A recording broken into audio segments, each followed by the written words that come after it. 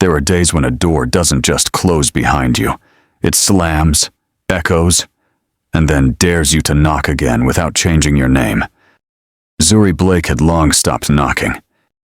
Because when you're a black woman in luxury spaces, you learn early the price of entry isn't just cash. It's silence. It's the ability to smile through steel-lined rejection and still pronounce your name clearly. But not today. Not this time. Tonight. You're about to witness what happens when a woman walks into a boutique built for people who look like wealth and is told she doesn't belong. But she's not here to shop. She owns the brand. And what she does next, it won't be loud, it'll be sharp and unforgettable. If you're someone who believes that silent power is still power, that justice doesn't always scream, and that black stories deserve the center stage, make sure to hit subscribe and turn on the bell, because these are the stories that don't get told, but should never be forgotten. Now, let's step inside a boutique called Maison d'Or, where the floors are polished, the glass spotless, and the assumption is someone like her must be lost. But Zuri Blake, she knows exactly where she is. The boutique didn't have a bell. Just glass clear, cold, and expensive. The kind that made you question if you were allowed to touch it. The kind that reflected not just your image, but your worth, or at least how much the room thought you were worth. Zuri Blake paused for half a second before pushing the door open. Her fingers were bare. No rings, no gloves, just skin. Warm brown and soft, pressing gently against the glass that hadn't seen many hands like hers. The door didn't swing open. It shifted, like the boutique was sighing in disapproval. Inside, the air smelled like jasmine, money, and restraint. Soft jazz floated beneath the hush of curated silence. Everything was beige, gold, and white, like the boutique was trying to forget that color ever existed. Zuri stepped in wearing a black hoodie, oversized. Clean, but not loud. Her curls were tucked beneath a gray beanie, her boots heavy like she meant to walk through more than polished marble. She wasn't hiding. She just wasn't performing. A woman behind the front desk glanced up, tall, thin, sharp like the stem of a champagne flute, blonde, lips tight in a professional pink. "Can I help you?" Her voice had teeth wrapped in velvet. The smile was too polite, too tight. The kind of smile that followed you in places where you weren't expected or wanted. Zuri didn't answer immediately. She took 2 slow steps in, letting her eyes drift around the space. Mannequins draped in fabric like dreams. Silks that whispered. Leather that waited to be owned. And eyes. From the corners, from the mirrors, from the woman at the front, watching her hoodie like it was a stain. Zuri exhaled, slow and centered. She was used to this. The look, the pause, the moment someone tried to guess if she belonged. The receptionist's tone tightened. "This boutique is by appointment only." Zuri looked at her then, direct, calm, no flinch, no apology. She smiled just a little. The kind of smile that said, "I've seen this movie before, and I already know how it ends." "I know," she said softly. "I made one." Then she walked past the desk, as if the air itself parted to let her through. The silence trailed her like perfume. Not the designer kind on the shelves. No, this one was older, sharper, a mix of disbelief and unspoken judgment. It clung to her hoodie like static. Zuri walked slow, measured.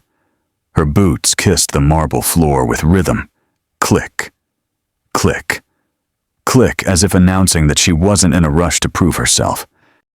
To her left, a rack of cream blazers stood like guards at a private school gate. To her right, A silk dress, ruched and ivory, perched on a mannequin with no hips and no history. She paused, ran her fingers deliberate and reverent along a bolt of Italian wool. The fabric responded like skin, soft and proud, and still.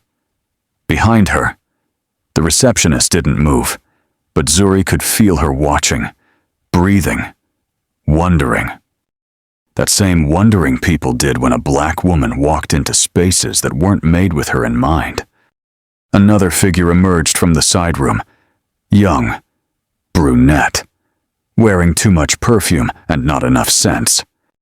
She spotted Zuri, blinked once, then leaned toward the front desk to whisper, "Is she one of the stylists?" Zuri heard it. Of course she did. She'd spent years training her ears to catch racism served on fine china. The first woman responded with a quick shake of the head. No, she just walked in, hoodie and all. They weren't trying to whisper, not really, because people like her were expected to pretend not to hear. Zuri stayed where she was. Her hand rested on the fabric, but her posture didn't stiffen. Her shoulders stayed dropped, relaxed like a jazz note too confident to rise. She turned slightly, eyes drifting toward the mirror-lined wall, and there, in her own reflection, she didn't see a threat. She saw a woman who built her own table, walked into the rooms she once only dreamed about, and now was being measured by the people still waiting for permission. Another client entered, white. Diamond earrings, camel trench, hair blown into perfection. The staff jumped smiles. Greetings, offers of champagne. Zuri turned back to the fabric.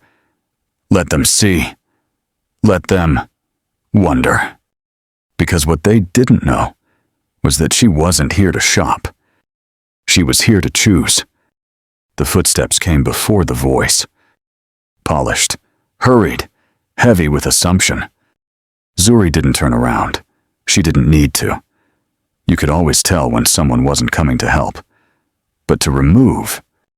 Excuse me, ma'am. A voice called from behind male. Clipped, trying too hard to sound polite. She pivoted slowly. Graceful. Poised. A dancer in combat boots. The man standing before her wore a gray blazer, too tight at the shoulders. His name tag read, Nathan, floor manager. But it might as well have read, gatekeeper. He looked at her hoodie like it carried a virus. His smile was forced, like a glitch in customer service protocol.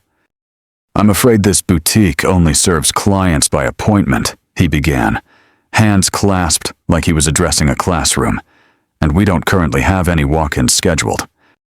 Zuri tilted her head, just slightly, just enough. The move said, "You're assuming, but go ahead, dig deeper." I see, she said calmly. Nathan continued, misreading her silence as submission. Also, he added, lowering his voice like he was doing her a favor, the staff area is in the back, if you're looking for someone. There it was. The soft punch of assumption wrapped in silk. The "you must work here" lie dressed as helpfulness. Zuri smiled, a slow, almost imperceptible curve. The kind that made you wonder if you just offended a queen. I'm not looking for someone, she said, her voice honeyed but clear. I'm looking at something. He blinked. Once. Then again, as if trying to recalculate the power in front of him. She stepped aside from the fabric, still calm, still centered. Then reached into the pocket of her hoodie and pulled out a single object. A card. Minimalist. Black matte. White serif font. No flourish. She held it between two fingers and handed it to him like it was a lesson. He read it. Zuri Blake, founder and chief visionary officer, Nyla Mode Collective. The color drained from his face so fast, it almost made her sad. Almost, because the thing about justice, when it's quiet, is that it hums. Right under their panic. Silence again. But this time, it wasn't cold. It was alert, charged. Like a room right before a storm rolls through. Like everyone had just realized they were standing too close to lightning. Nathan stared at the card, then back at her. His mouth opened slightly, no words, just breath, just the shape of a mistake forming. Behind the desk, the blonde receptionist blinked twice, her posture suddenly straighter, her smile gone. The brunette assistant retreated behind a rack of dresses, pretending to fix a hanger that didn't need fixing. Zuri didn't move. She didn't explain. She let the silence stretch. Let them sit in it. Because sometimes, silence says, I already gave you everything you need to understand. Nathan cleared his throat. Ms. Blake, Zuri raised one eyebrow, not high, just enough to interrupt him without a sound. It worked. His sentence died on his lips like a candle under glass. The receptionist reached for the boutique's tablet, hands fumbling now, trying to scroll through the schedule. I think there's an appointment under Nyla mode.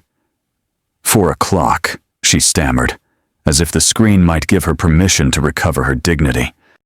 Zuri glanced at the vintage wall clock. It read 4:43 p.m. I'm early, she said simply. Then she walked. Not fast, not slow, but with the kind of grace that left no room for interruption.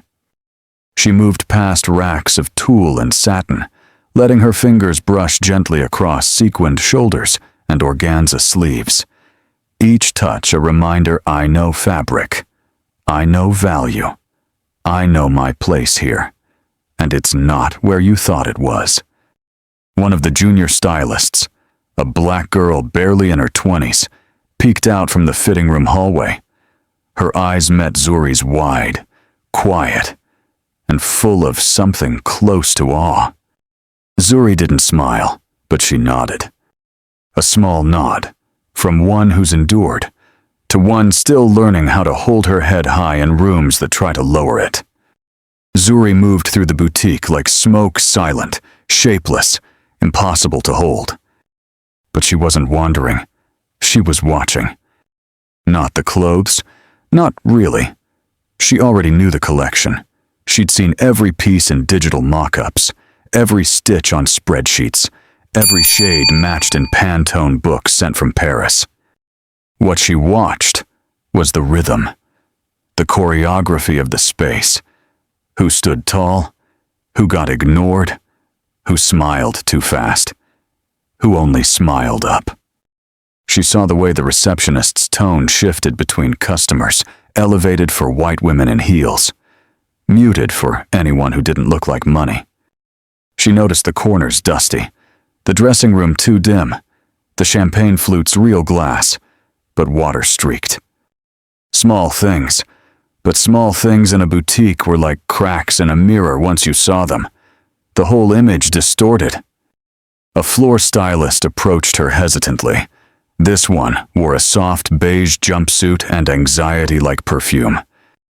Would you like to see anything specific? Ms. Blake, she asked, voice almost whispering. Zuri paused, turned. Her eyes scanned the stylist slowly, not to intimidate but to measure. Posture unsure, shoes stylish, but worn down. Eyes nervous, but kind. Zuri answered gently, No, thank you. I'm just observing. The stylist nodded, then stepped back like someone had just told her. You don't have to fight right now. Behind Zuri, Nathan lingered awkwardly by the front desk, unsure whether to offer help or stay out of the way.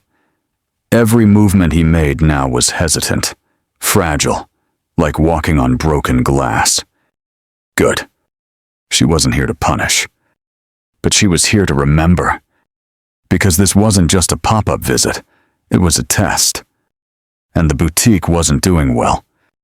The woman entered like she owned the season, wrapped in a camel cashmere coat, blonde waves cascading from beneath a designer beret. Her heels clicked with certainty, the sound of someone used to being catered to. Zuri had seen her kind before, not just in boutiques, but in boardrooms, on flights, at charity galas where every smile was a test and every side glance a calculation. The woman noticed Zuri within 5 seconds, 10 at most, and in the 11th second, she reacted. A slight flinch in the corner of her mouth, a glance at Zuri's hoodie, then at her boots, then back at the stylist nearby, as if to ask without asking, is she lost? The stylist offered a soft, "Good afternoon," but the woman didn't respond. Instead, she walked toward the mirror wall, where Zuri happened to be standing, just beside a silver mannequin in a velvet gown. She stood close, too close. And then, loud enough for everyone near to hear, she said, "I didn't realize the boutique was doing community outreach now." Just like that. Sharp, casual, disguised as humor, the kind of comment designed to cut without leaving fingerprints. Zuri didn't flinch. She met the woman's reflection in the mirror, their eyes locked not directly, but through the glass, through the image of who each believed herself to be. For a moment, time suspended. The jazz faded, even the air seemed to pause, waiting. Zuri's voice, when it came, was low, controlled. Outreach would require me needing something from this place. The woman blinked, a smile twitched at her lips. Confused. Zuri stepped just slightly to the side, no rush, her eyes still on the mirror. "I'm here by invitation. Are you?" The silence that followed wasn't empty. It was dense. It was the kind that rewrites who holds the power in a room. And though no one clapped, the stylist behind them stood a little straighter. Because when a black woman speaks softly and still shifts the earth beneath someone's feet, that is silent power. From the second floor, the boutique looked like a curated diorama, polished mannequins, beige furniture, and floating tension. Madeleine de Vries stood by the tinted glass, her arms folded across a silk blouse the color of bruised plum. She liked this spot. From here, she could watch everything without being seen, like a stage director or a queen behind the curtain. A man from corporate once called her elegantly omniscient. She liked that phrase. She repeated it to herself during shareholder calls. She sipped her espresso, not from a paper cup, but a ceramic one imported from Italy. She believed details made the difference between wealth and aspiration, and details, lately, had been slipping. Sales were soft, online reviews uneven. Her investors, particularly, the new one from New York, were circling with curiosity that felt like caution. She tapped her nails against the glass. Below, she spotted movement. A woman. Black, young, hoodie, boots, moving through her boutique with the kind of stillness that unsettled, not hurried, not intimidated, not just browsing. No. Madeleine narrowed her eyes. There was something unnerving about people who didn't perform in luxury spaces. Most knew the script, big smiles, tentative questions, visible awe. They looked, they hesitated, they hoped to belong. But this one belonged too easily. She moved with entitlement, or worse, authority. "Who is she?" Madeleine asked aloud, though no one stood beside her. She reached for the tablet on her desk, pulling up the boutique's floor camera feed. She pinched to zoom. There she was, hoodie, high cheekbones, eyes sharp as glass, touching fabric like she'd stitched it herself, And next to her, Nathan, flushed, rattled, holding a card in his hand. Card, she murmured. Why is he holding her card? Madeline clicked over to the appointment calendar. 4 o'clock. Zuri Blake. Nyla Mode Collective. Confirmed. Booked by HQ. Her heart dipped, not in fear but in calculation. No one told me she'd be early. She'd heard of Zuri, a whisper name in the industry. Young, black, independent. The kind of investor who didn't need to buy the brand, she could build one instead. Madeline clenched her jaw. Boutique like Maison d'Or survived on image, not just elegance, but exclusivity, not just beauty, but belonging. And belonging, for some, had always meant exclusion for others. She scanned the footage again. Zuri stood beside a mannequin in velvet. A blonde customer said something Madeline couldn't hear it, but she saw Zuri's face shift. Not anger, not shock, just the stillness of a woman deciding where to place her boundary. Then, the moment, the pivot. Zuri spoke, calm, straight into the air. The blonde's posture tightened, the stylist behind them straightened. Madeline exhaled sharply through her nose. She hated when power shifted without her permission. Turning away from the glass, she crossed to her desk, tapped her assistant's intercom. "Get Nathan up here," she said. "Now." Nathan arrived breathless, cheeks flushed like a man who knew his mistake had climbed 2 floors ahead of him. "Ma'am," he began. Madeline held up a finger. Not to silence, to suspend. She leaned forward, eyes locked on him. "Who is she?" she asked, though she already knew the answer. Nathan swallowed. "Zuri Blake." Madeline nodded once. "And what did you say to her?" He hesitated. "I wasn't sure who she was at first." She didn't look. Like an investor, Madeline interrupted. Voice velvet over steel. She was wearing a hoodie. "A hoodie," Madeline repeated, like tasting something bitter. She leaned back, laced her fingers. "And in your mind, hoodies disqualify people from money." "No, I just..." Madeline cut him off again, this time with silence. A silence that stretched. A silence that made his excuses shrivel before they formed. She didn't raise her voice. She said finally. She didn't walk out. She didn't demand a refund or a camera. That silence. She looked up. That was restraint. The kind that people like us should thank God for. Nathan looked down. "I understand." "No, you don't," Madeline said softly. "But you will." She stood, smoothing her blouse. "Get the office ready," she said. "She's not just here to look around." She headed for the elevator. Behind her, the camera still rolled, catching Zuri in frame. Still standing, still calm, still rewriting the power structure of the room with nothing but presence.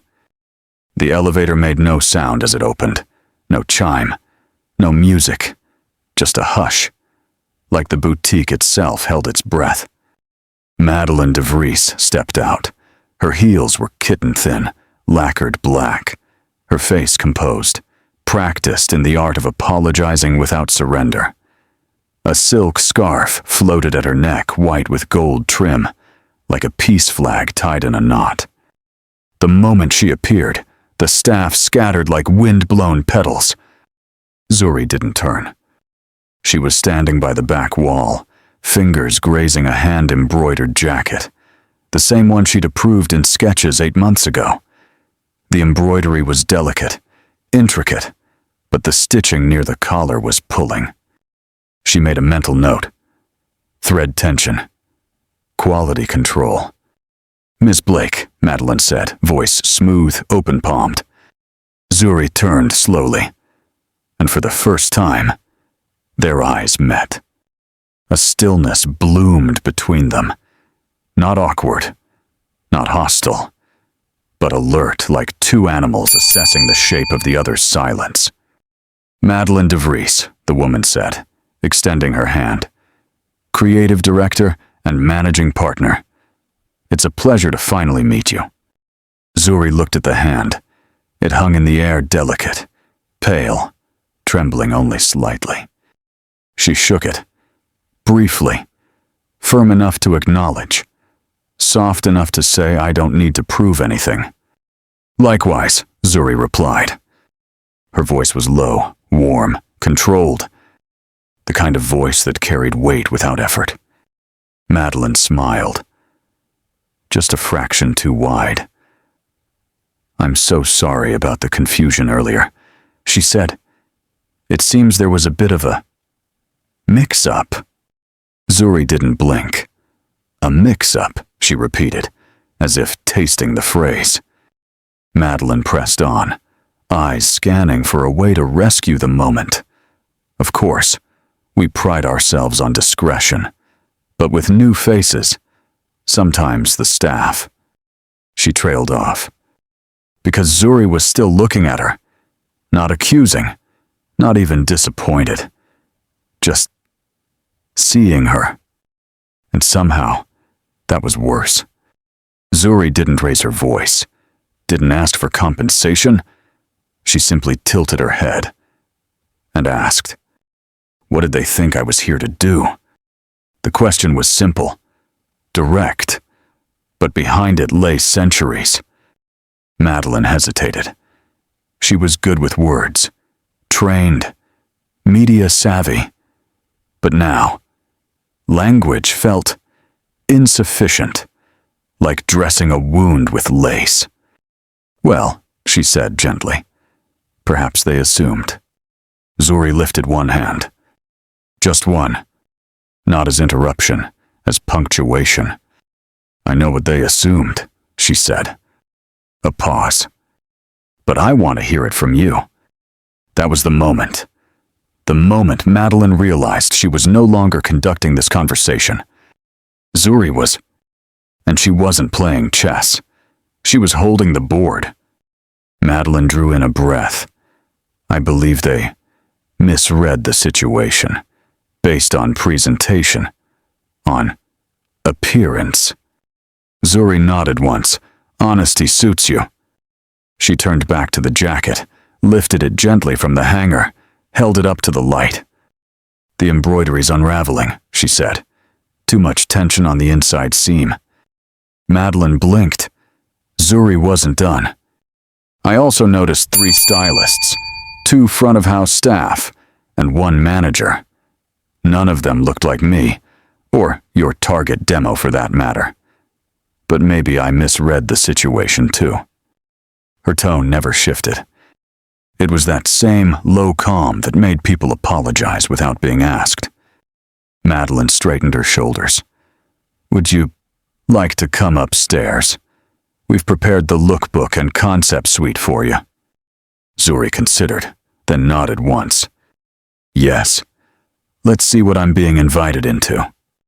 She walked past Madeline, not around her, not with arrogance, just intention. And as she stepped into the elevator, every pair of eyes in the boutique followed. Because she hadn't raised her voice, hadn't made a scene. She'd just walked through prejudice like it was fog and left clarity in her wake. The office on the 2nd floor was a different world. Muted golds, cream upholstery, a long glass table catching sunlight like a jewel box. Framed magazine covers lined one wall, Maison d'Or's early years. Madeline posed with models draped in elegance and erasure. Zuri stepped in and didn't sit. She took in the room with the same quiet patience she'd shown downstairs. Her gaze drifted from the flower arrangement carefully color-blocked to the crystal water pitcher that hadn't been poured. Madeline gestured to a chair. Please, make yourself comfortable. Zuri sat, not like a guest, like someone who had a right to be there. Madeline took her place across the table and slid forward a sleek folder. Thick paper. Matte finish. Embossed logo. Inside the collaboration proposal. Mood boards. Financial projections. ROI estimates. Zuri opened it, scanned the top page, then set it aside. "I've seen this version," she said calmly. Madeline blinked. "Of course. We emailed you the full packet last month." Zuri looked at her. Her voice, still low. "I wasn't talking about the folder." A beat. Madeline shifted in her seat. Zuri continued. "I've seen this version of the story. The one where I'm invited in for my ideas, my capital, my audience, but not for who I am. Not really." Madeline's fingers laced together, knuckles whitening. "I want to assure you, what happened downstairs wasn't new." Zuri finished. She leaned forward, elbows resting on the table, her hoodie catching a stripe of sunlight. In fact, it was textbook. Madeline tried a soft smile. "I understand how it must have felt." "No," Zuri said, cutting gently. "You understand how it looked. You saw it on camera. You managed the optics. But the feeling," she shook her head, "that's not something you inherit through title." Madeline went quiet. Zuri let the silence sit like a dish set in front of someone, waiting to see if they'd eat or push it away. Then she reached into her tote, pulled out a slim binder, no brand logo, no fluff, just work. "This," she said, placing it beside the Maison d'Or folder, "is what I actually came to discuss." Madeline opened it. Her eyes scanned the first few pages.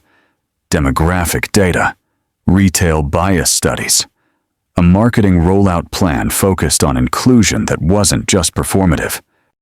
"This is extremely thorough," Madeline murmured. "It's also non-negotiable," Zuri said. She sat back now, her face unreadable but calm. "If I'm going to put my name and dollars behind this brand, I need to know the house I'm entering has more than a marble floor. It needs a foundation." Madeline closed the binder softly. "May I ask," she said carefully, "what that foundation looks like to you?" Zuri didn't smile.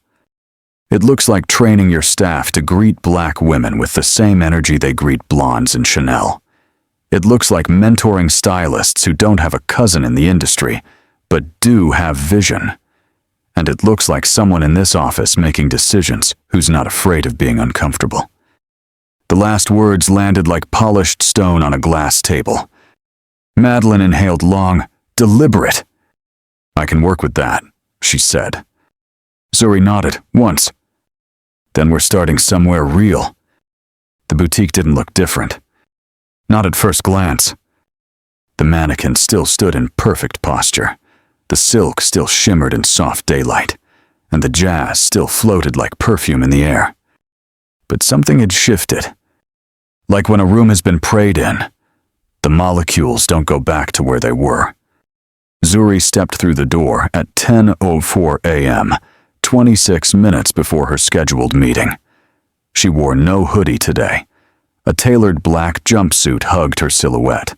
Natural curls framed her face. Unbothered. Unpinned. Gold hoops. No apology. The receptionist didn't blink this time.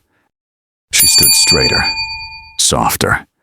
Her good morning came not from protocol but caution, maybe even respect. Zuri returned the greeting with a single nod. She wasn't here to replay what happened yesterday. She was here to let the memory of it work. A stylist passed by the same one who'd fumbled over, asking if Zuri needed help the day before. This time, she offered a smile. Genuine. No theater. Zuri looked at her name tag. Amara. Thank you, Zuri said simply. Amara blinked. For what? Zuri didn't answer. Because sometimes, gratitude isn't for action. Sometimes it's for restraint. for knowing when not to shrink in someone else's shadow. She walked slowly toward the mirrored corridor that led to the second floor. As she passed each reflection, waist-deep gowns, tall leather boots, fragile pearls in locked cases, her own image followed. Grounded. Centered. The boutique had tried to box her in once. Today, it was learning to make room. Madeline was already upstairs, waiting. But Zuri didn't rush. She stopped before a display near the window, a new piece added overnight, a floor-length coat, stitched from deep green linen with burnt gold embroidery. It hadn't been there before. Next to it, a small plaque read, "The Blake coat inspired by bold presence." Zuri blinked. Her name, on fabric, on purpose. She didn't smile, but her eyes softened. Because for the first time in that boutique, something fit. The second floor glowed differently in the morning. Sunlight draped across the glass table like spilled gold. A tray of pastries sat untouched. Bottled water. Fresh tulips. Everything positioned just so as if perfection could erase memory. Zuri walked in. No assistant escorted her. No one offered to take her bag. She didn't need the fanfare. She was the weather. Madeline stood as Zuri approached. "Ms. Blake," she greeted, a half-smile softening her features. "Welcome back." Zuri took the seat across from her, slow and deliberate. "Good morning." Madeline gestured toward the folder on the table, navy blue this time, heavier than before. "We've updated the agreement with your terms," she said. "Inclusion clause, mentorship program, hiring commitments, everything your legal team flagged is addressed." Zuri opened the folder, scanned, flipped pages with fingers steady as breath. The silence between them wasn't tense. It was precise. When she reached the final page, the signature line waited elegant, clean, ready. But Zuri didn't reach for the pen. Instead, she closed the folder and looked at Madeline with eyes that no longer asked anything. They required, "There's one more condition," she said. Madeline's smile didn't fade, but it froze. Zuri folded her hands. "I want a statement. Public. Not buried in a caption. Not hidden in a launch reel." Madeline blinked. "A statement." "Yes," Zuri said. Calm as water. About what happened. About what this boutique is learning. And about what it intends to do differently. Madeline hesitated. "I thought the changes in the agreement." Zuri raised one eyebrow. "This isn't about paperwork. This is about posture." She let that sink. Madeline shifted in her seat. "You want us to admit fault?" Zuri didn't nod, didn't blink. "I want you to admit the truth and commit to not repeating it." Madeline looked down at her hands, perfectly manicured, clasped tighter now. "You do realize," she said. "Careful. That could be complicated." Zuri leaned back. "Change is always complicated." The words were soft, but they settled into the room like a stone in still water. Madeline exhaled. "We're a luxury brand. Zuri, people expect polish, not public repentance." Zuri smiled, just slightly. "I'm not asking for repentance. I'm offering relevance." She reached into her tote again, this time pulling out her phone. "Because while you're protecting your Polish, let me show you what's already being said." She slid the phone across the table. Madeline picked it up. On the screen, a thread. Social media. Viral. "Ever been followed around a boutique like you're invisible until you sign a check? I have. Happened yesterday. I stayed quiet. But silence doesn't mean I didn't notice." Zuri didn't tag anyone. Didn't name names. But the photo in the mirror, her reflection beside a mannequin, was unmistakable. The thread had 42,000 likes. And counting? Madeline's fingers tightened around the phone. You posted this last night. Zuri nodded. No names, no blame, just truth. She leaned forward again. This isn't about shaming you. If it was, I'd have posted the footage too. A pause. I'm offering you a chance to own the narrative. Madeline looked out the window. She could see the front of the boutique from here. She saw people walking in. 2 young women, black, hesitating at the door, then stepping inside. Something in her chest shifted. Maybe guilt, maybe clarity. When she turned back, Zuri was still watching her, still waiting, still calm. Madeline straightened. We'll draft a statement today. Zuri nodded once. Good. Then she picked up the pen. Signed. Each stroke of ink felt less like a contract and more like a line being drawn through history. Not to erase it, but to say from here on, we do better. The folder was closed, the contract signed. The air in the office shifted, like a chapter had turned without sound. Zuri stood. She didn't rush to gather her things. She moved like time belonged to her, like the room would wait. Madeline offered a final handshake. This time, it came with both hands, one for protocol, one for apology. Zuri accepted it, briefly, then walked toward the elevator without needing directions. The descent from the 2nd floor felt different now, not because the space had changed, but because she had tilted it. The boutique, once sterile in its perfection, now breathed slower, more aware of its own reflection. As she stepped back onto the showroom floor, employees lifted their heads. They didn't stare. They didn't smile too wide. They simply acknowledged, with nods, with eyes that said, "We saw. We see you now." Zuri walked toward the front, passing a new display. 3 mannequins now wore pieces from her upcoming capsule collection bold lines. Soft fabric, unapologetically designed for bodies that carried both elegance and history. She stopped briefly, adjusting a cuff on one sleeve. Her thumb brushed the fabric like blessing it. Then came a whisper behind her. Miss Blake. Zuri turned. It was the young stylist, the one from yesterday. Amara, 20-something. Tight curls, soft voice. The kind of girl Zuri used to be observant, careful, waiting for permission that would never come unless someone like her gave it. I just wanted to say, Amara hesitated, looking down. Thank you. For yesterday. For not walking out. Zuri looked at her for a long, quiet second. Amara swallowed.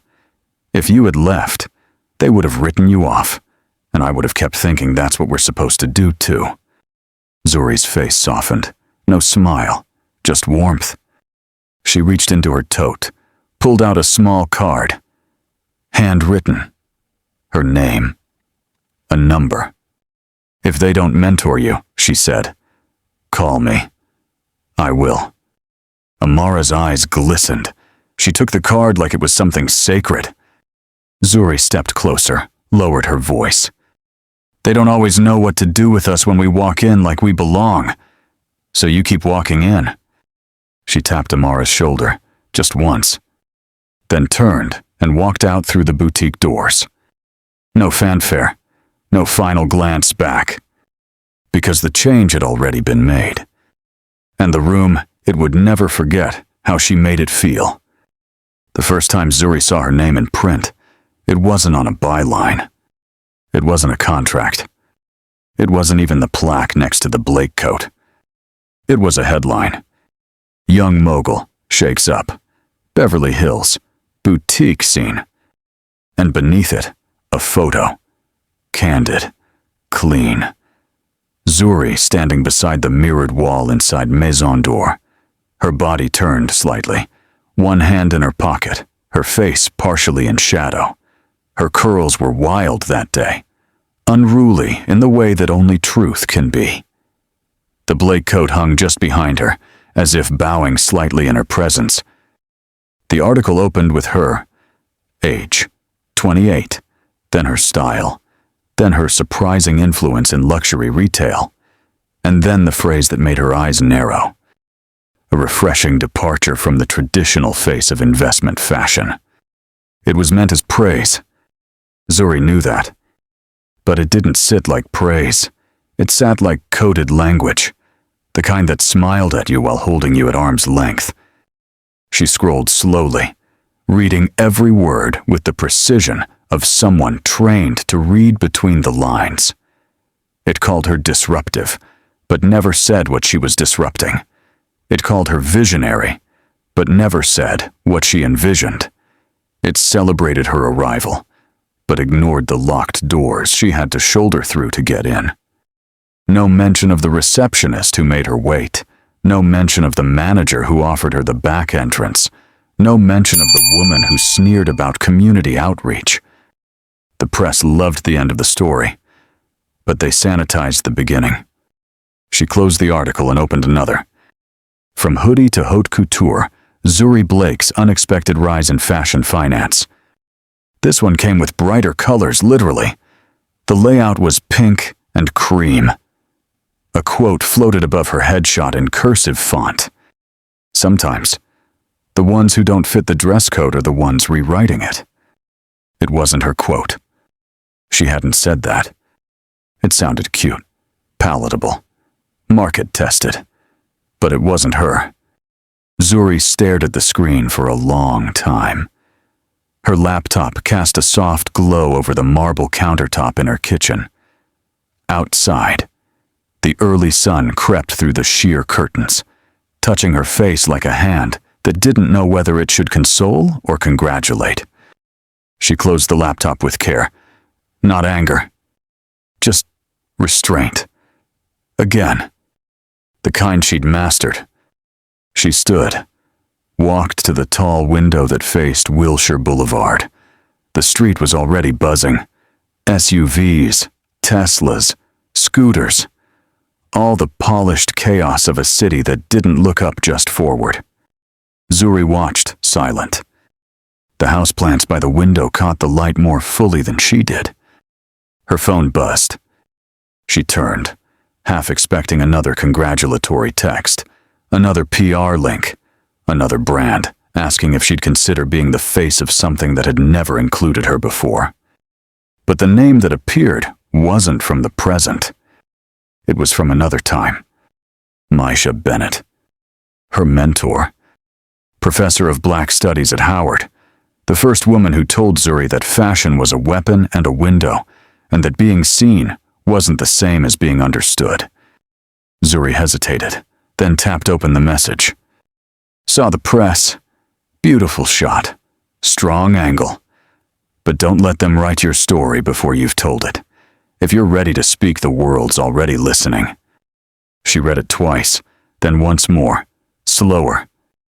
The words sank deep, not loud, but heavy, like stones in still water. Because that was the thing. She'd done everything right. She didn't storm out of the boutique. She didn't call them out on social media. She didn't raise her voice in the face of disrespect. She'd moved with silent power. Let the work speak. But now, that silence was being filled by voices that didn't know her, didn't understand the context, weren't even curious about it. They'd turned her into a digestible symbol, not a person. They wanted to frame her, not follow her. They wanted her hoodie in the story, not the reason she wore it. They wanted the image, not the architecture. Zuri's fingers traced the phone screen. She looked again at Misha's message. If you're ready to speak, the world's already listening. But was it? Was the world truly ready to hear what she had to say? Or would it applaud her face, her fashion, her story, as long as she didn't speak too loud? As long as she didn't make anyone uncomfortable? She sat down slowly, opened her notes app, typed a single sentence, Here's the part they left out. Then she stared at it. Because she knew once she pressed post, she wouldn't just be the woman in the headline. She'd be the woman behind the truth. And the truth didn't care if it made people uncomfortable. It was still hers. It started with a video. No lights, no glam, no curated background. Just Zuri, sitting at her kitchen table, hair pulled back, face bare, voice steady. She looked straight into the camera, not smiling, not sad, just rooted. And then she said, "They like the headline, but here's the part they left out." A pause, deliberate, not for drama, for gravity. I walked into that boutique wearing a hoodie, not to make a statement, but because I'd had 3 back-to-back meetings, because I value comfort, because I don't think I need to look rich to be respected. But respect isn't free, and for black women, it's rarely offered up front. The first thing they asked me was if I had an appointment. Not hello. Not how can I help you, just suspicion. The second thing they asked was whether I worked there. And the third, they asked me to leave. She breathed once, slowly. I didn't yell, I didn't threaten, I didn't even name them. I just stayed, and that made them nervous. It wasn't until I handed them my business card, the same one they would have framed 2 hours later, that the tone changed. Now, the media's calling it a refreshing disruption. But I wasn't trying to disrupt. I was trying to walk through a door that was half closed for reasons no one wanted to say out loud. Another pause. I'm not sharing this for sympathy. I'm sharing it because these stories happen every day. Most just don't end with a contract. Her eyes didn't flicker. Her voice didn't shake. To every black girl who's ever been followed around a store, or ignored at the counter, or asked if she belongs, you do. You don't have to change your voice, your outfit, or your hair to be worthy. You already are.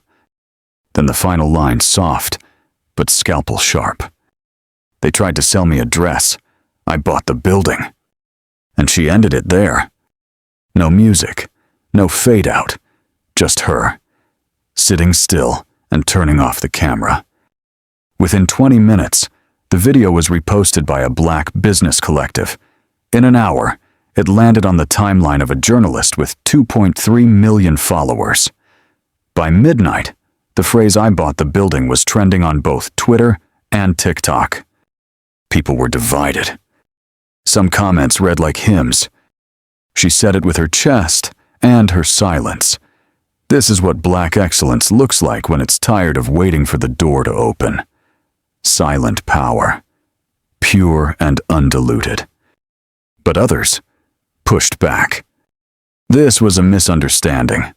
Why drag it now? Maybe if she dressed the part, this wouldn't have happened. Stop making everything about race.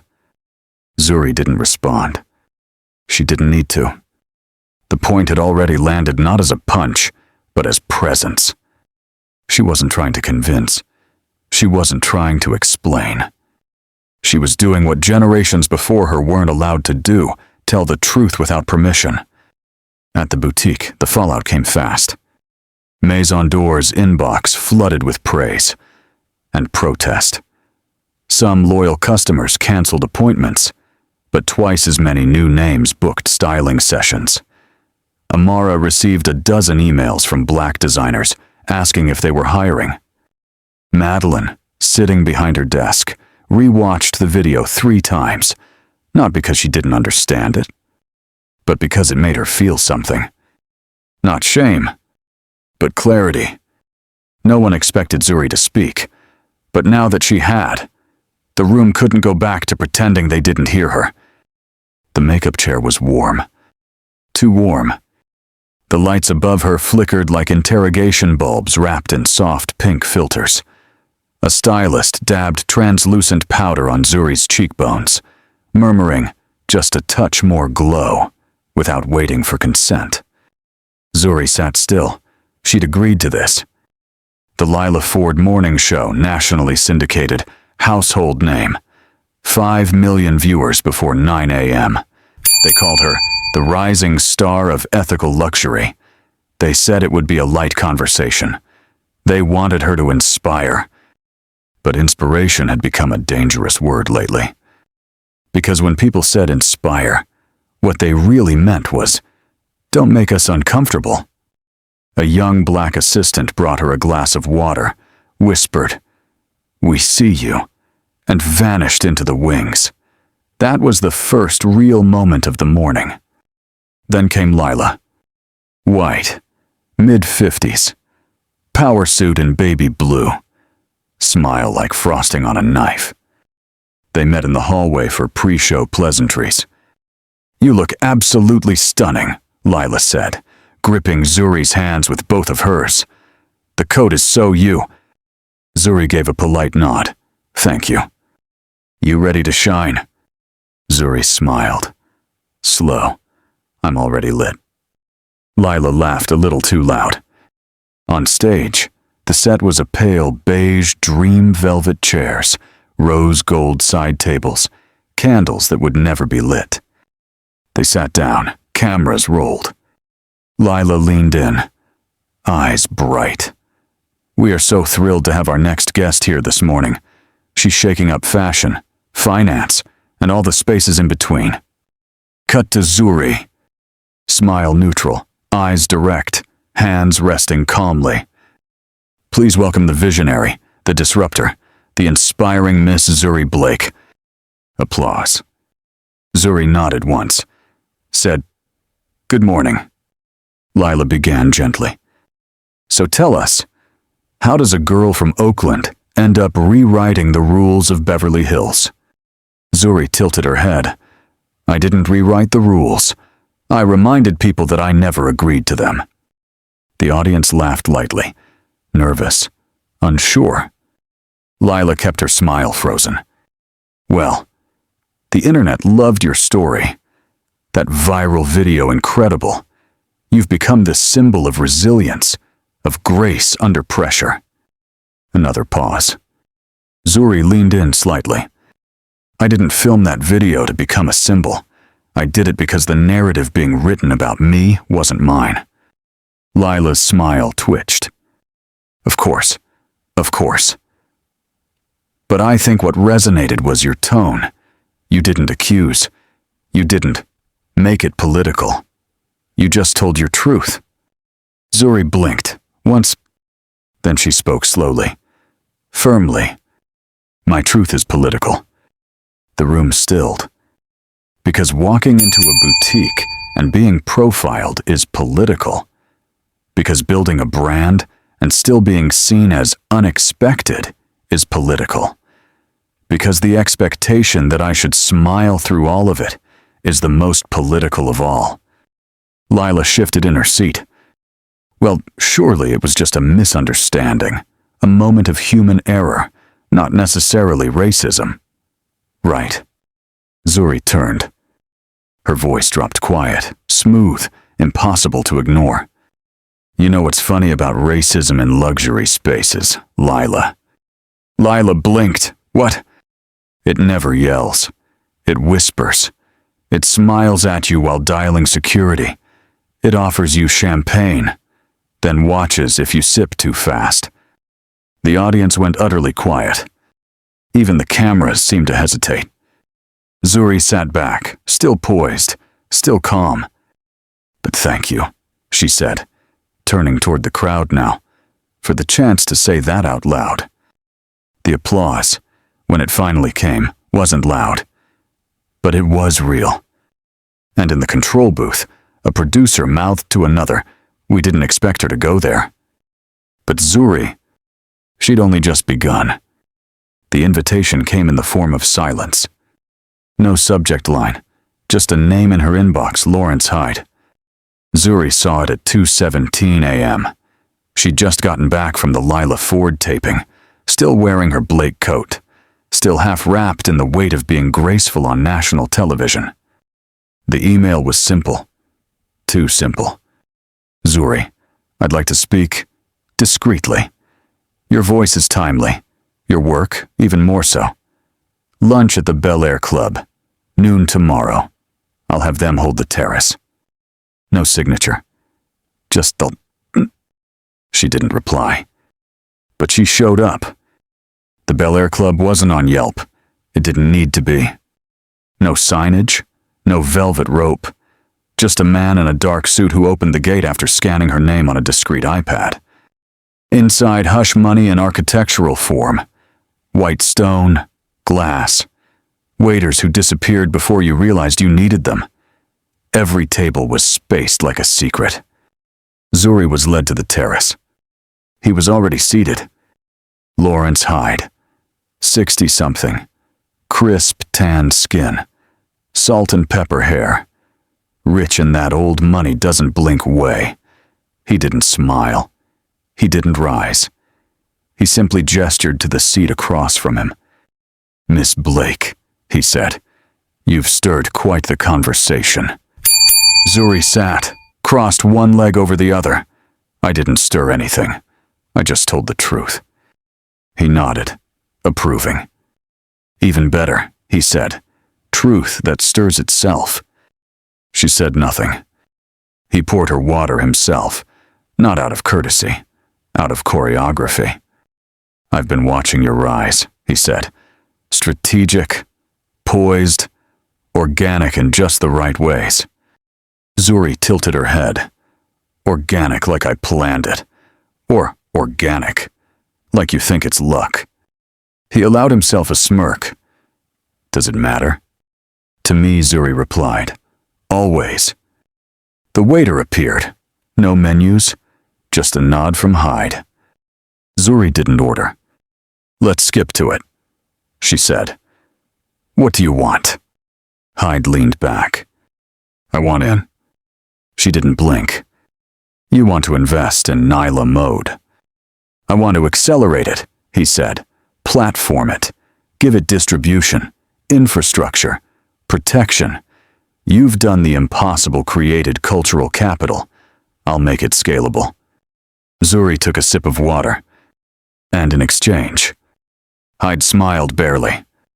"You keep doing what you do. Just a little softer." Zuri set the glass down. "Softer." Hyde shrugged. Less politicized, more lifestyle forward. More, he searched. More optimism, less confrontation. Zuri leaned forward now. "You watched my video?" "Yes." "You watched the interview?" "Twice." "Did I seem angry?" He paused. "You seemed powerful." Zuri nodded. "Ah, and that's what made you nervous." Hyde held her gaze. "No," he said slowly. "That's what made you expensive." The silence after that was heavier than the meal. Zuri stood before dessert. "I built this brand with truth," she said. "Not palatability. I didn't get here by being soft. I got here by being undeniable." Hyde folded his napkin with a surgeon's precision. "Then be careful not to become unmanageable." Zuri smiled. "A slow, steady thing. Only to people who think I need managing." She turned, left before the valet even saw her coming. And as the club doors closed behind her, she thought, if power makes them reach for their wallets, then silence made them underestimate the price. The Nyla Mode headquarters sat in an old brick building in the Arts District. No gold signs, no glass towers, just intention, painted red. It was the kind of place Zuri had dreamed of when she was 22, a space where black creatives didn't have to translate, where hoodies were armor, and silence was a strategy, not a muzzle. But today, the walls felt closer. Not threatening, just listening. The meeting room was full. 7 people. All black, all brilliant, all tired in different ways. Germaine, her head of product, flipped through a stack of articles. Amira, her head of strategy, sipped tea too fast. Tasha, co-founder and best friend since Spelman, sat across from Zuri with the look of someone rehearsing a hard sentence in her head. Zuri stood at the whiteboard. The words, press, power, price were scrawled in charcoal marker. She'd just finished briefing them on the offer from Lawrence Hyde. The room was silent. Finally, Tasha spoke. I get it. I do. He's trash. And yes, you handled it like a queen. Zuri tilted her head. But, Tasha breathed in, held it. But I need to ask, do we have to keep fighting this loud? Zuri didn't answer. Jermaine added, we're with you. Always. But the press is starting to say we're aggressive. Investors are skittish. The board is worried we're turning into an identity movement more than a fashion house. Amira looked down into her mug. We came here to build something ours, but right now, it feels like every step forward costs us another door. Zuri let the words hang. She didn't flinch. But inside, something shifted. Because this wasn't critique from outsiders. This was fear from the ones who built the house with her. She stepped away from the board. So what are you saying? Tasha met her eyes, soft but direct. We know who you are, and we know what this brand stands for. But maybe we soften the edge, just for now, just long enough to get through this wave. Zuri walked to the window. Outside, a mural of black girls in tiaras and boxing gloves looked back at her fierce and soft in the same breath. She turned around. Let me ask you something, she said, voice steady. If I were a black man, in a tailored suit, raising hell with Harvard credentials, would they say I'm too loud? No one spoke. If I were a white woman calling out fashion bias, would they say I'm making it political? Or would I be brave? Still, silence. Zuri's voice dropped. I built this place so we wouldn't have to dim, and now you're asking me to adjust my wattage. Tasha stood up slowly, walked to her. I'm not asking you to dim, I'm asking if we can strategize the light. It was said gently, but it cut anyway. Zuri looked at her friend, her sister in business, her mirror. Then she whispered, strategize the light until it stops being mine to control. She walked back to the table. We will grow, but not on our knees, not under someone else's volume knob. If we can't scale with truth, then maybe we're not ready to scale at all. No one clapped, no one pushed back. But no one exhaled either. Because conviction has a weight even when it's carried by someone you love. The phone rang at 8:46 p.m. Zuri was in her studio, barefoot, floor scattered with fabric swatches, sketches, print proofs. A jazz vinyl played low in the corner Coltrane, drifting like smoke from a window, cracked just enough to let the world in. She didn't recognize the number, but she picked up. Zuri Blake speaking. A pause, then a voice familiar, uncomfortable. Ms. Blake, it's Nathan, from Maison d'Or. Zuri sat upright. Her fingers paused on a swatch of hand-dyed silk. She said nothing. I hope this isn't inappropriate, he continued. I wasn't sure if I should call, but I needed to say something, not for the press. Not for anyone else. Zuri leaned back. Then say it. Nathan's voice softened. Not out of humility. Out of exposure. I was wrong. That day. Completely wrong. About how I saw you. About how I assumed who you were. Zuri didn't respond. Let the silence sit.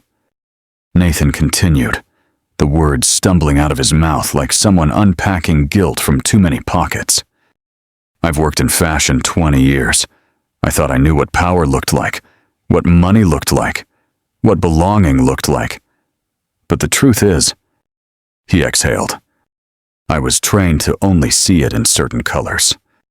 Zuri closed her eyes. That sentence had landed heavier than any article.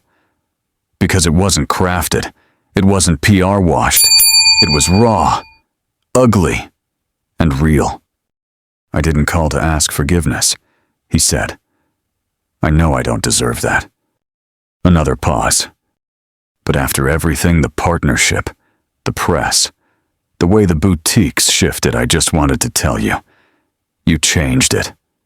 Quietly. Completely. I don't think most people even realize it yet. Zuri finally spoke. I didn't change it for you. I know, he said.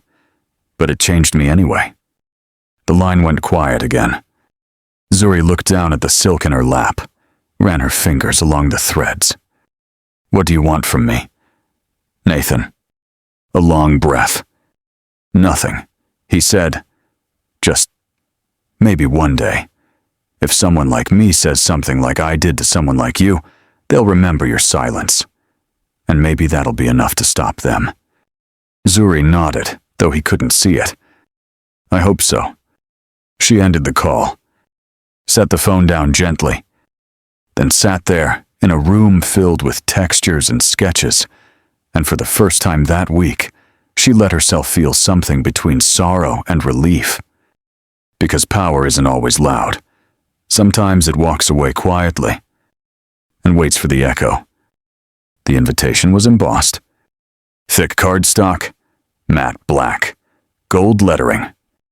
The Metropolitan Circle honors Zuri Blake Investor of the Year. It arrived with a handwritten note. We'd be honored to have your presence on the red carpet. Black tie. Photo line begins at 6:45 sharp. Zuri read it once, then slipped it between pages of a book she hadn't finished. She didn't need more reminders that recognition often came in envelopes, but not in action. Still, she went. Not for applause, but for visibility, the kind that can't be edited out of the room. She arrived at 6:40 p.m. Alone.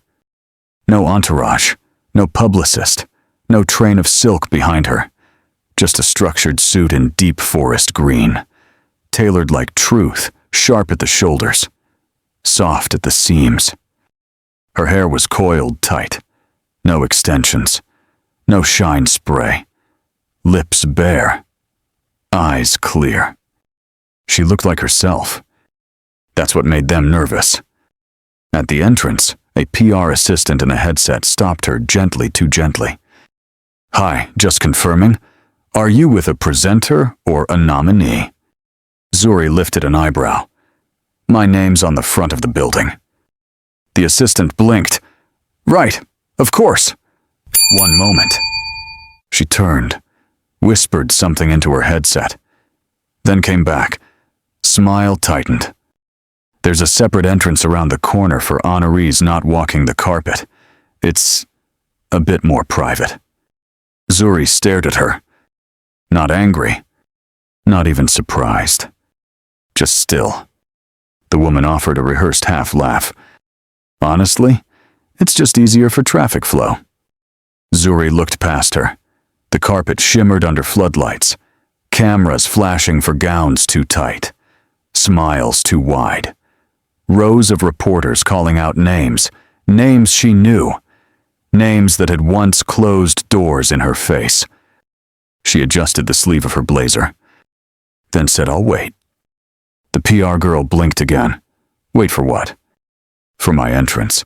Through the same door you invite other honorees through. The girl shifted. I'd have to check with the coordinator. Zuri nodded. I'll wait. And she did. Right there. Still. Silent. Present. People arrived behind her. Famous people. Loud people. Blonde people. But Zuri didn't move. And slowly, one by one, heads turned. A photographer raised his camera, then paused, confused. Another leaned to a colleague. Is that? Zuri stood. Not in the way. But in the way, until finally the PR girl returned. "This way, Miss Blake," she said, this time with less smile, more gravity. And when Zuri stepped onto the red carpet, she didn't pose. She walked. Deliberate, clean, eyes forward. And the flashbulbs, they didn't know what hit them. The ballroom shimmered like a lie told beautifully. Golden chandeliers, tablecloths that cost more than rent, a string quartet playing covers of songs they pretended not to recognize. Zuri was seated at table 7, near enough to the stage for visibility, far enough not to make anyone nervous during dinner. She hadn't touched the food. The woman next to her, a board member from a tech fund, leaned over after dessert and whispered, "You're very composed. I'd be shaken." Zuri offered a small smile. "I'm not new to rooms that weren't made for me." The woman blinked, laughed lightly, didn't ask further. At 8:53 p.m., the stage lights dimmed. The MC, a tall man in a tuxedo who spoke in polished vowels, took the mic. And now, for the moment we've all been waiting for. The Metropolitan Circle is proud to honor this year's Investor of the Year, a woman whose presence has sparked industry-wide reflection, whose vision extends beyond markets into movements. Applause. Zuri stood. Her suit caught the light like midnight steel. As she approached the stage, a quiet murmur rippled through the room, recognition, anticipation, and the kind of curiosity reserved for women who do not explain themselves. She stepped to the podium.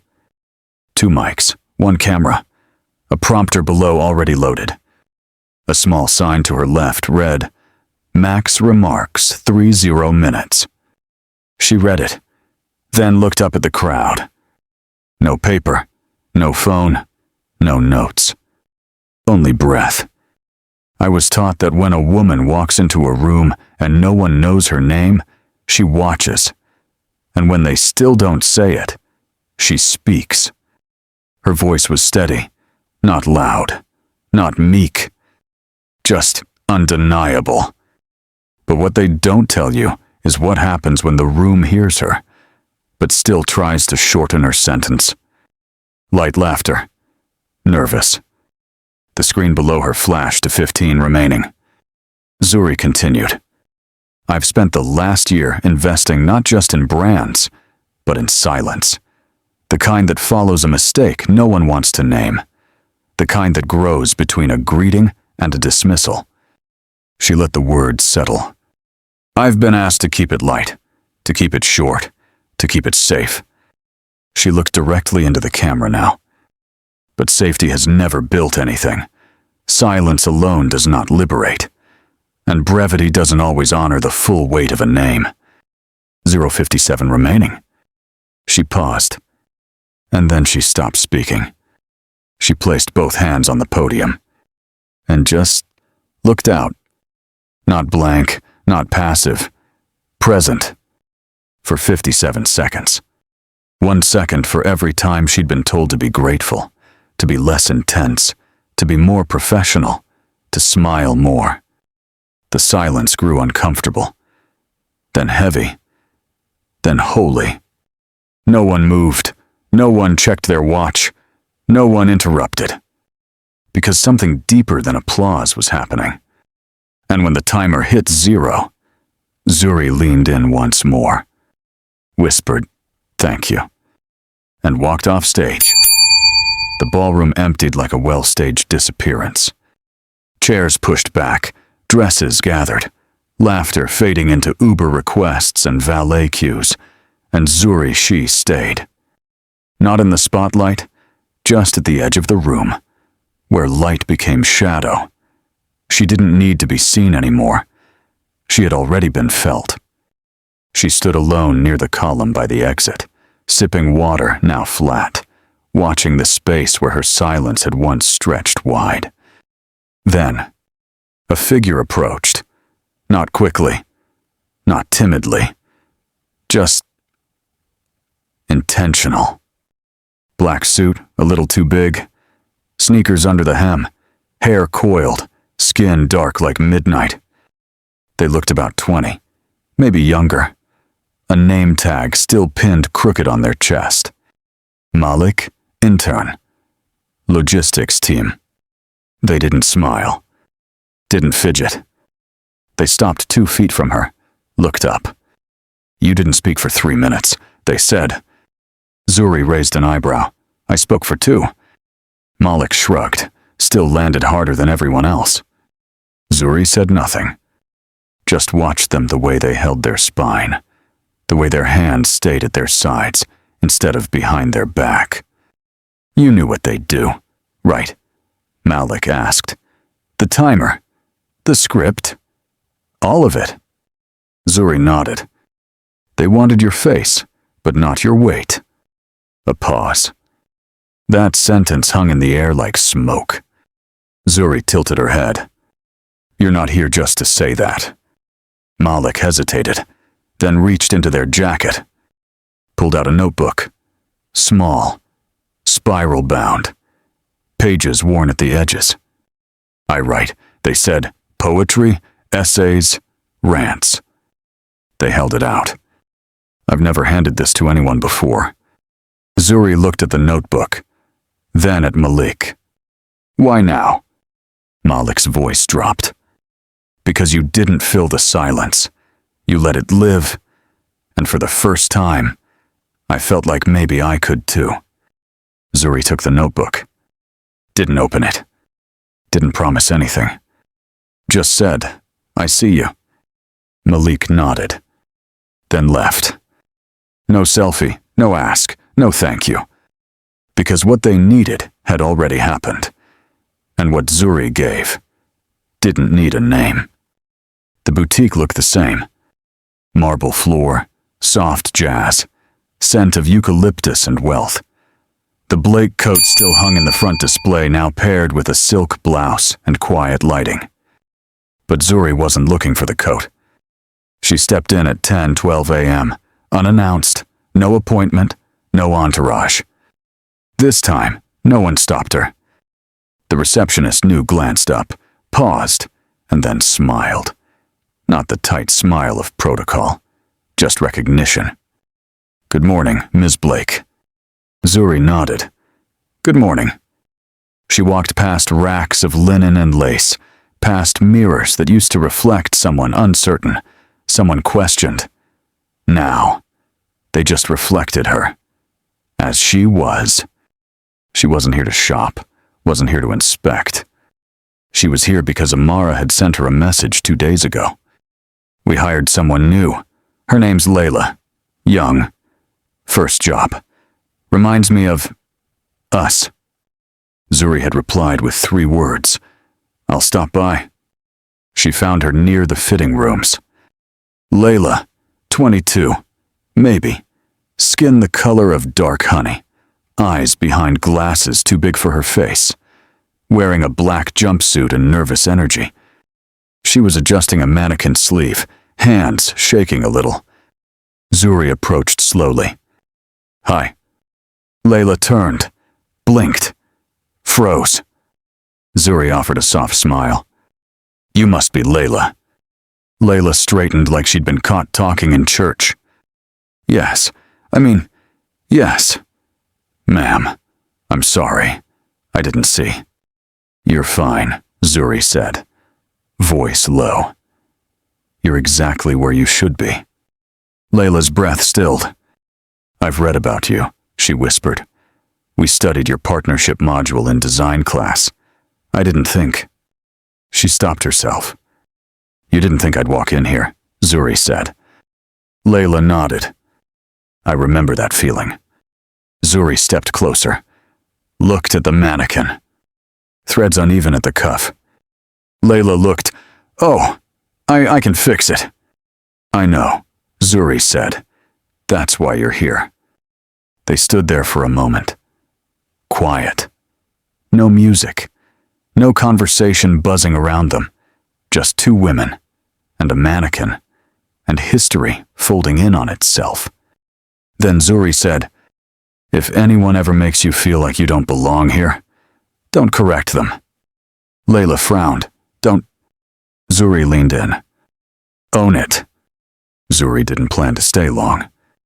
That morning, she had told herself, 15 minutes, maybe 20. No headlines, no press, just witness. But time, when it meets memory, moves differently. She had meant to just walk through the boutique, but each corner whispered her name not loudly, not ceremonially, just there, like dust catching light. The mannequins wore her legacy now, not her label, not just her fabric, but the permission she had left behind, to stand tall without asking, to exist without adjusting. She paused at a display table, stroked the hem of a structured blazer, deep bronze, gold stitch lining. It wasn't hers, but it wouldn't have been here if she hadn't been there. That day. Amara noticed her before she spoke. She was restocking a tray of velvet gloves, hands moving with muscle memory, but her eyes softened the second she turned. Didn't think I'd see you this week? Zuri smiled gently. I didn't think I'd come. They stood a few feet apart, not with distance, but with the unspoken reverence of survivors, of women who've shared the same burn. Amara stepped closer. You want to see the new fitting room suite? Zuri shook her head. Not today. Amara nodded, as if she understood that this wasn't a visit for product, it was for people. How's Layla? Zuri asked. Amara smiled. Nervous, but sharp. Girl notices every thread error before I do. Zuri's smile widened, then faded into something steadier. That's the kind of nervous we need. She moved past Amara, walking toward the front of the boutique. She passed a mirror, the same one that had once reflected suspicion. Silence. Scrutiny. Now. It reflected someone unbothered, whole. On the way, she saw Nathan. Not up close, not eye to eye, but across the floor, folding a jacket on the edge of a display. His body straightened when he saw her. No wave, no gesture. But he didn't look away. That was enough. Because some apologies don't arrive in envelopes. They arrive in posture. As she neared the front, the receptionist moved instinctively. A woman in her 30s, locks wrapped in soft silk, fingers quick on the register, but gentle as she turned. She opened the door. Didn't ask, didn't wait. Just opened it. Wide, smooth, ready. Zuri stopped. It was nothing. It was everything. Because the last time she'd stood here, a different woman in a different headset had asked for her purpose, had measured her with eyes too fast, too shallow. Now, the door opened without question, without ceremony, without needing to know who she was. It opened because the room had learned. Amara came up beside her. Want me to walk you out? Zuri turned, eyebrow raised. Why you think I'll get lost in the lobby? Amara chuckled. No, I just wanted to say thank you, without the hallway echoing. Zuri didn't reply right away. Instead, she asked, how's the energy here, really? The question hung between them like a curtain waiting to be drawn. Amara's smile faded.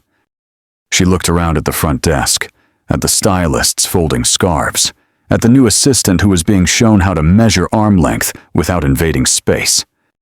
She sighed. Some days, it feels like new air. Then, softer. Other days, it feels like someone just Febrezed the old air and hopes we won't notice. Zuri nodded. Paint on top of old wood.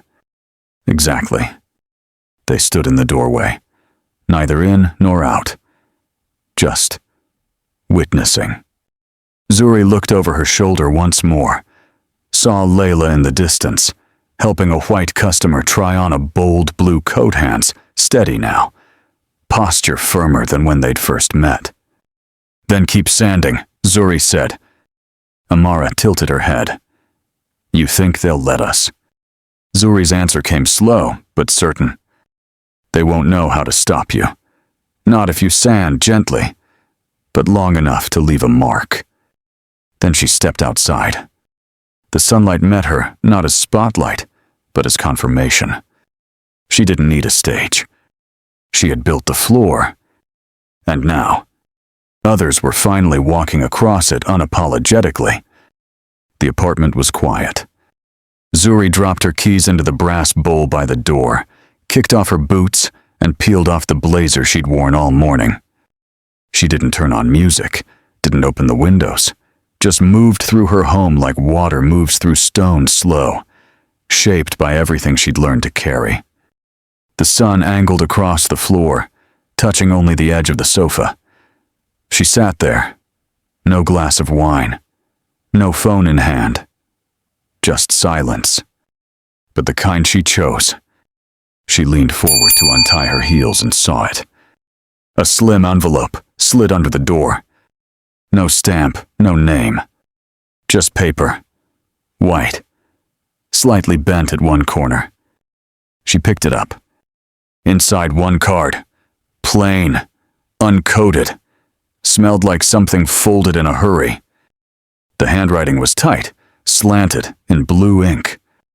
Today, someone asked if I wanted to run my own boutique one day. I said yes. And I didn't apologize for the dream. Thank you. No signature. But Zuri knew the hand. She recognized the tension of a person still learning how to take space on the page. Layla. Zuri read it twice. Then a third time. She didn't cry, didn't smile either. But her chest softened. The way walls soften when they know they're not being watched anymore. She placed the note on the coffee table, beside a ceramic bowl filled with safety pins and fabric chalk things she'd once used to make a living. Now, they just reminded her how far she'd walked. And just before she leaned back into the quiet, she whispered to no one, to everyone. Good. Because she didn't need credit. She didn't need the last word. She only needed to know that someone else had found theirs. If this story touched your heart, make sure to like, share, and subscribe. Every click helps us bring more powerful stories of empathy, justice, and silent strength to life. Your support is what fuels this journey. Let's keep standing together and rising higher, one story at a time. Stay safe and inspired.